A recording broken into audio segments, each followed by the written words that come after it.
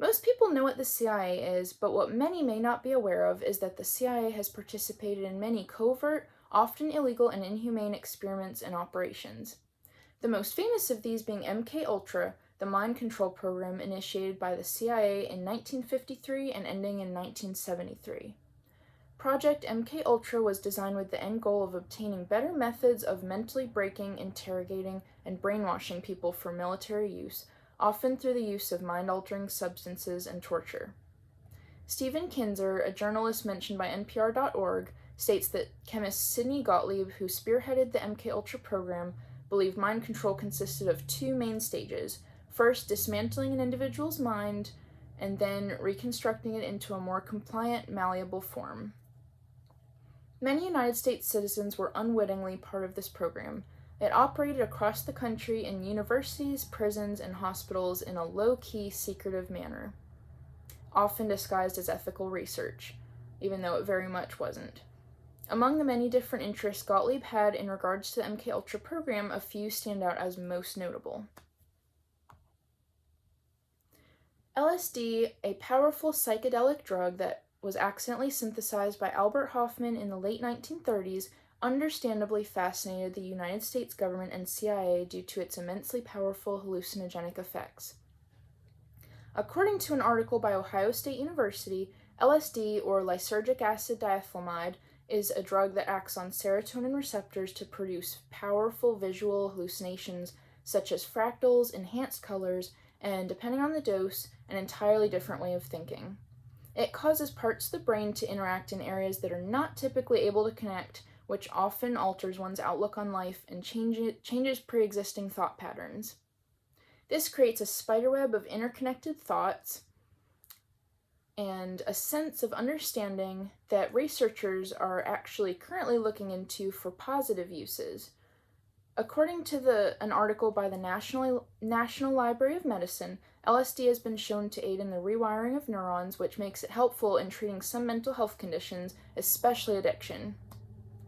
As you can probably imagine, this drug's effects are heavily dependent on the user's intentions and headspace. Rather than using it therapeutically in a medical setting, the CIA began to administer LSD to a plethora of United States citizens without consent, in an often informal manner, preying primarily on the most vulnerable members of society. This included patients at mental health facilities, impoverished people, prisoners, sex workers, among other groups. The goal in administering LSD to civilians was to understand how this drug could be used in combination with mind control tactics and torture to break the mind into multiple personalities or break the mind altogether and leave it vulnerable to control. A far cry from what Albert Hofmann had hoped this drug would be used for, and what can be achieved with it if used therapeutically. Perhaps the most notable case related to the illegal administering of LSD to citizens was the case of Frank Olson, a biochemist who jumped out of a hotel window to his death in 1953 after being unknowingly dosed with LSD by the head of the MKUltra program. LSD was not the only drug experimented with, however. MKUltra also experimented with barbiturates, opioids such as heroin and morphine, amphetamines, psychedelics such as mescaline and psilocybin, and cannabis, among other drugs.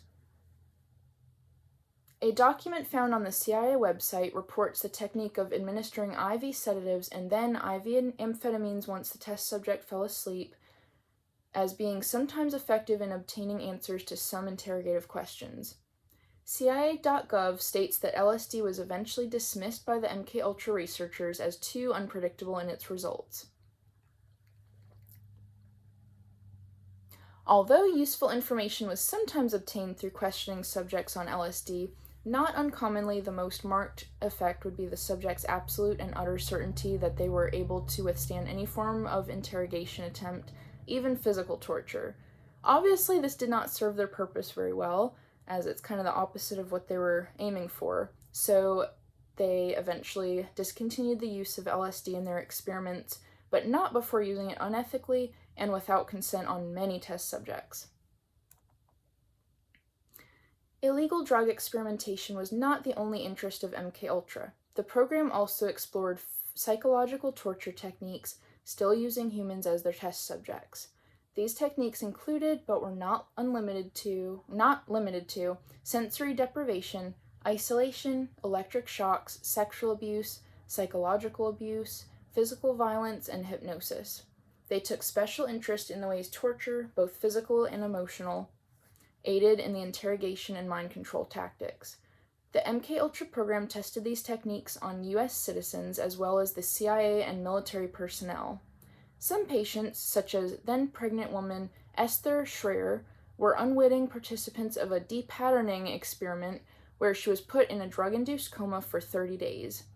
According to an article by CBC News, leaders of this experiment believe depatterning, which is the breaking down of the patient's mind into a childlike state or a blank slate to begin reprogramming, building it from the ground up pretty much, could be obtained through a combination of electroshock therapy, playing audio recordings, or phrases being repeated over and over for up to 20 hours per day, and the administration of drugs.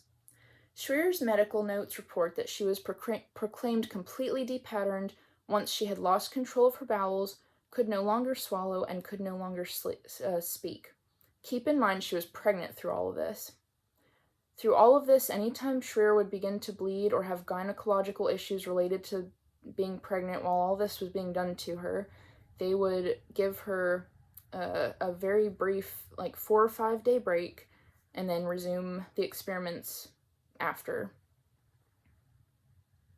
Her medical notes say that she received 29 very intense electroshock treatments, but that they had decided to stop the electroshock because she had now entered her 8th month of pregnancy. So they did that all the way up until she was 8 months pregnant.